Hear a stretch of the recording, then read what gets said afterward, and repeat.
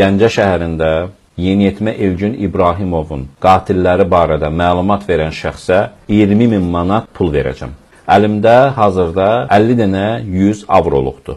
5.000 avro, yəni 10.000 manat pul eləyir. İlk növbədə Elgün İbrahimovun qatillərinin kim olması barədə sadəcə dəqiq məlumat verən şəxsə bax bu 10.000 manat, 5.000 avro ona veriləcək. Dəlil və sübut verəcəksə, bütövlükdə 20 manat pul alacaq. Tam gizli bir şəkildə istəsəniz Azərbaycanda, istəsəniz Türkiyədə, istəsəniz də Avropada. Nağd və ya hesaba köçürmə də olar. Artıq mənim çarəm qalmadı. Mən əslində hökumətə 72 saat vaxt vermişdim. Mənim videomdan sonra baş prokurorluq mənə dedi ki, Tural bəy, bu işin açılmasında biz də maraqlıyıq. Xahiş edirik, bizi günahkar çıxartmayın. Mən baş prokurorluğun sözlərinə əlbəttə ki, inanmadım. Ona görə də bu işi öz üzərimə götürürəm. Gəlin bu cinayətin üstünü hamımız birgə açaq. Bu işin arxasında Gəncədə polislər dayanıb.